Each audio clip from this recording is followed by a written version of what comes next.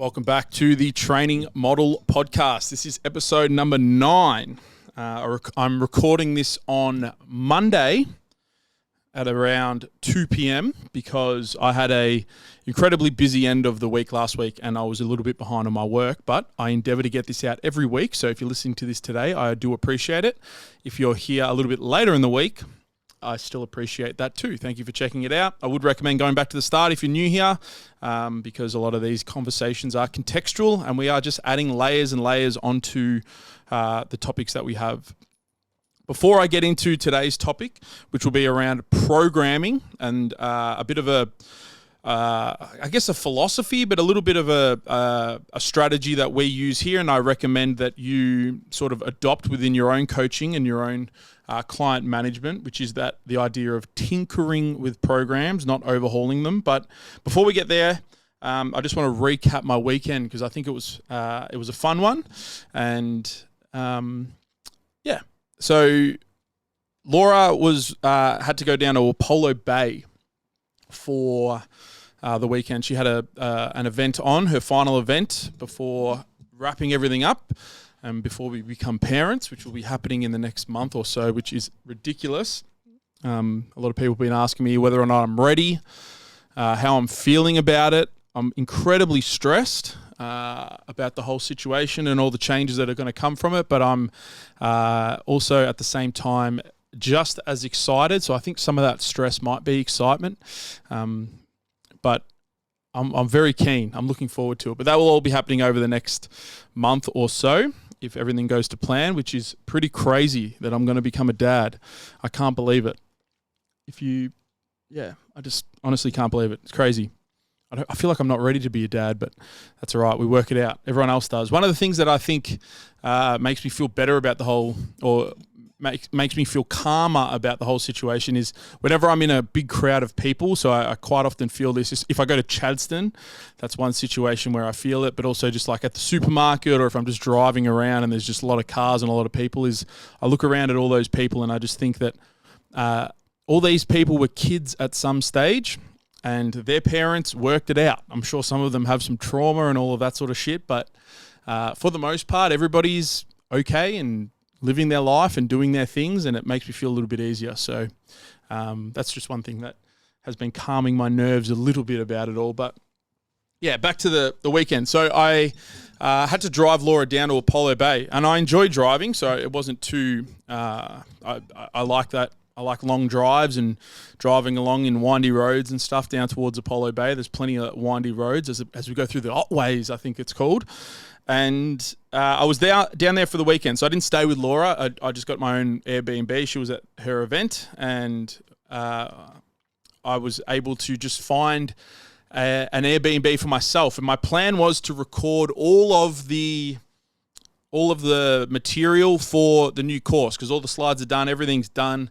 I just need to record it, do the rough edit. It's not a whole lot of editing process for those sort of videos, just trimming the start and the end and any moments in the middle where I fucked up or repeated myself too much. But my plan was to record all of that on the Saturday. So I rented an Airbnb for the weekend, and I purposely selected the Airbnb based on the dining room table so that I could fully set up my recording studio, my portable recording studio down there, and have everything set up so that I had a very good working space, and it was a good spot. It was a little bit more expensive than I wanted to pay, but had to be done, and it was a good opportunity for me to get some work done. So I jumped on that, and I got this great Airbnb, 2-bedroom place, walking distance to the pub, so I can get a nice dinner. And I just got cracking with work on the Saturday, and I ended up doing nearly a 12-hour day in total.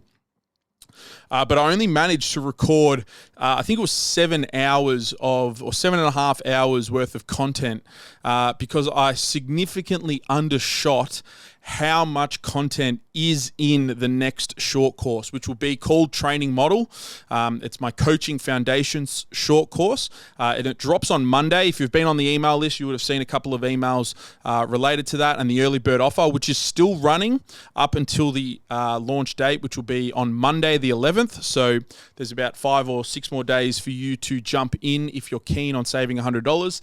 The early bird offer is $399, but the total course, once it's all up and running and the landing page is done and we're rolling, which will be on from 11th onwards, is going to be $499. And my goal with both of those foundations short courses is I think if you enjoy what I talk about, both from a business perspective and a training and coaching perspective, I do believe that those 2 short courses will give you the foundations of probably 80 to 90% of all of the things that I think about, both within business and around the coaching and training and movement landscape as well.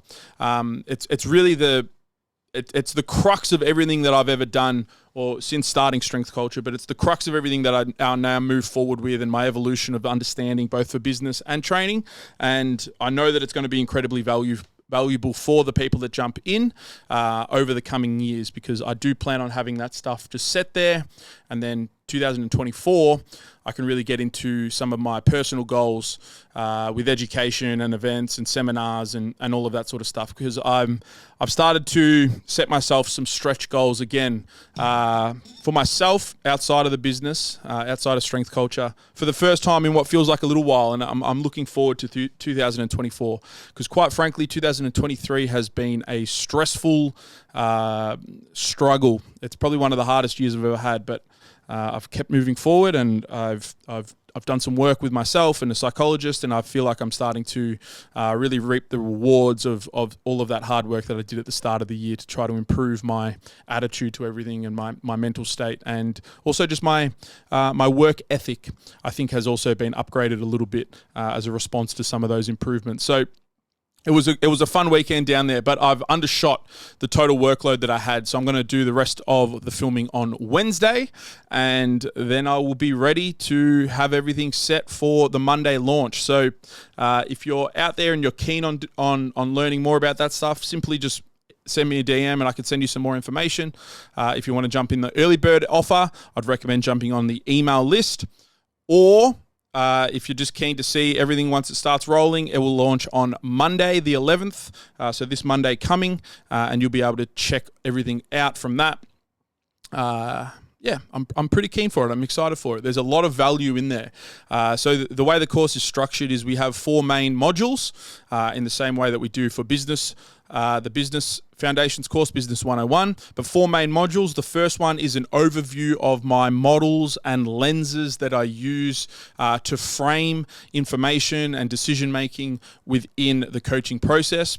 Those 3 models are the BPS model, which we've unpacked decently so far on the Training Model podcast. We also have the constraints-based model, and I think there's probably going to be a podcast just discussing the constraints-based model as a standalone, because I think a lot of people they throw the word constraint around in the industry a lot, and for the most part, a lot of people just think about constraints from an exercise selection or execution standpoint, using things like a heel wedge or a box or an anterior load or any of those sort of things. And yes, they are constraints, but the idea of constraints flows significantly deeper than just the exercises and the way in which we coach and cue exercises and select exercises. It's a significantly deeper sort of well of influence when we actually discuss what constraints are on the system. So there will probably be a podcast at some point related to all of that sort of stuff. And then finally, the third model is my top-down, bottoms-up model, which I've sort of adapted from some of the teachings from Mladen Jovanovic, and his work with agile periodization and sort of bottoms-up strategies within like athletic development settings. But I've kind of modified those teachings into my own sort of framework. The foundation is definitely the same that Mladen talks about, but I've obviously, through my own experience and my own application of it, I think I have a slightly different lens on how I view top-down and bottoms-up sort of constraints within a system and management strategies for your clients and athletes. So they're the 3 main models that we discuss. We also have, then we move into the movement model, which is all of the center of mass stuff, a lot of anatomy. So if you're keen on learning and diving deeper into anatomy and how the rib cage functions, how the pelvis moves, how the foot functions and moves under load and different loading strategies. That would be in there as well. Breathing mechanics is also in there, which I know a lot of people are interested in learning. And I'll probably do some more breathing related application-based stuff in 2024. I think I'll probably set up some kind of seminar or webinar to better understand bracing and squat mechanics and all of that, and the influence on the breathing system and breathing mechanics within all of that. It's something that I have noted down as well. So and then finally we get into programming. So programming principles, the variables of programming, how I recommend that you frame discussions around programming. And then finally, it's all of the coaching application-based stuff. So we go through some coaching and cueing strategies for all the different things that we went through within movement.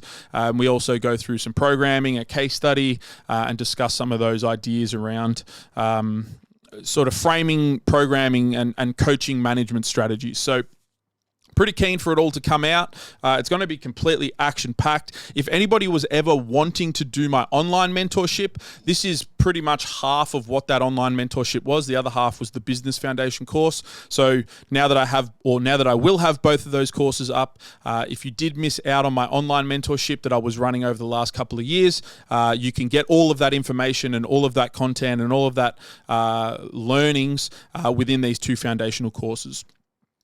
Which I'm pretty keen for. So yeah, that's a little bit of a recap. Again, if you want the early bird offer, jump on the email list or simply shoot me a DM and you can save yourself $100 on the launch offer that starts on Monday. So one of the topics that I wanted to, pretty much the only topic that I wanted to discuss this week, because obviously I was recording a whole bunch of stuff and it came up, and I think it's an important lesson to learn, or an important framework to think about when we think about programming.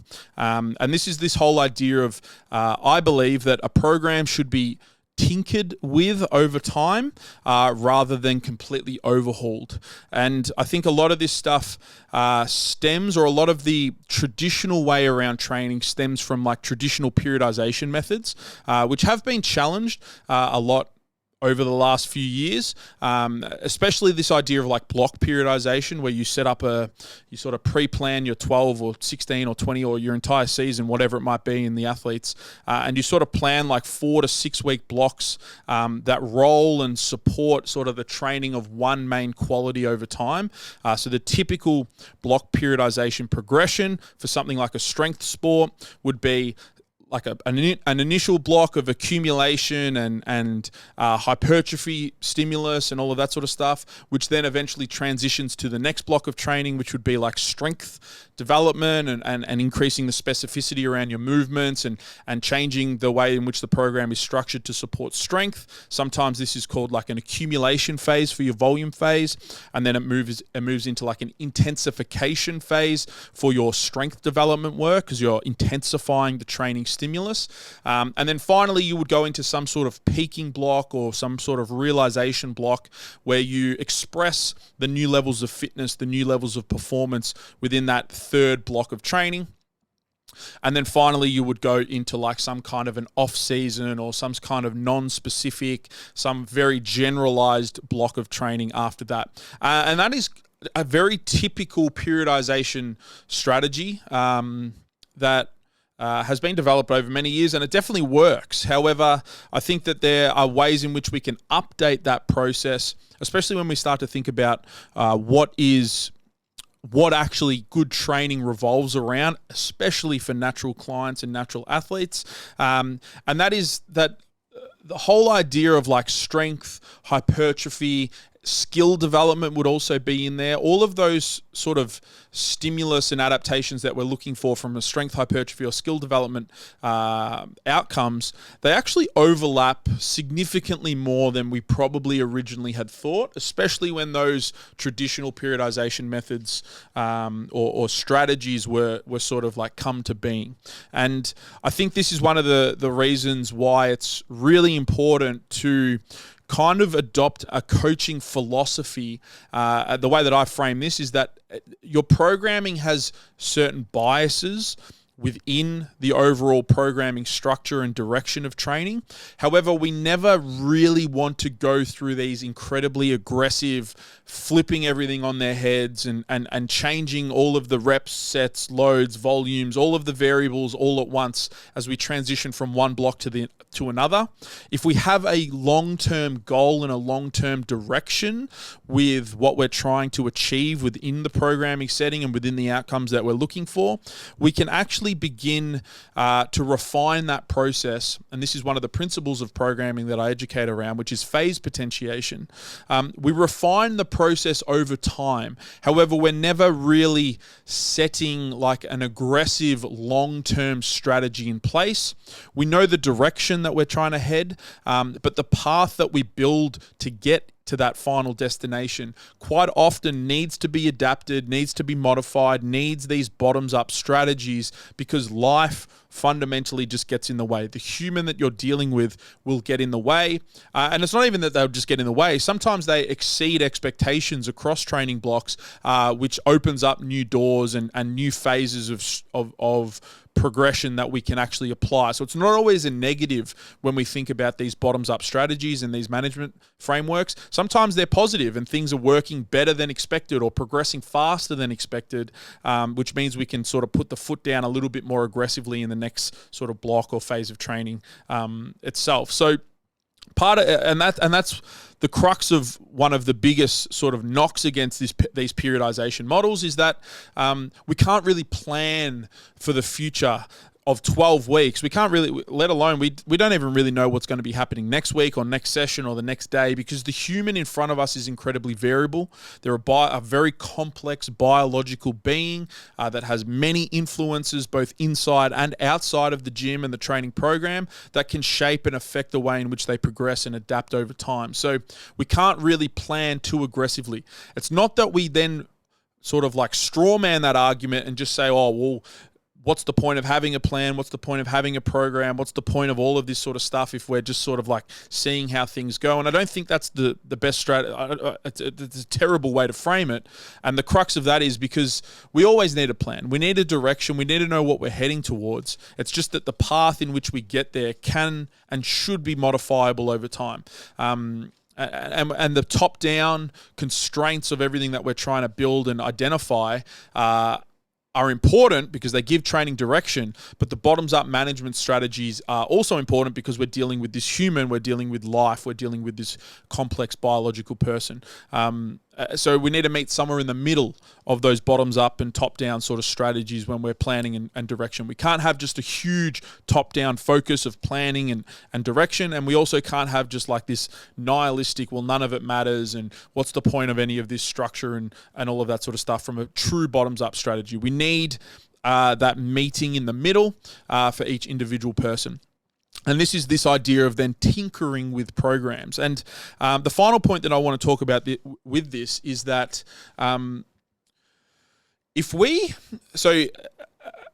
let's just zoom in on one training block per se. And if we zoom into one training block, let's say it's a strength-based phase, we've got quite constrained exercise selections and rep ranges, and we're working towards increasing strength over time.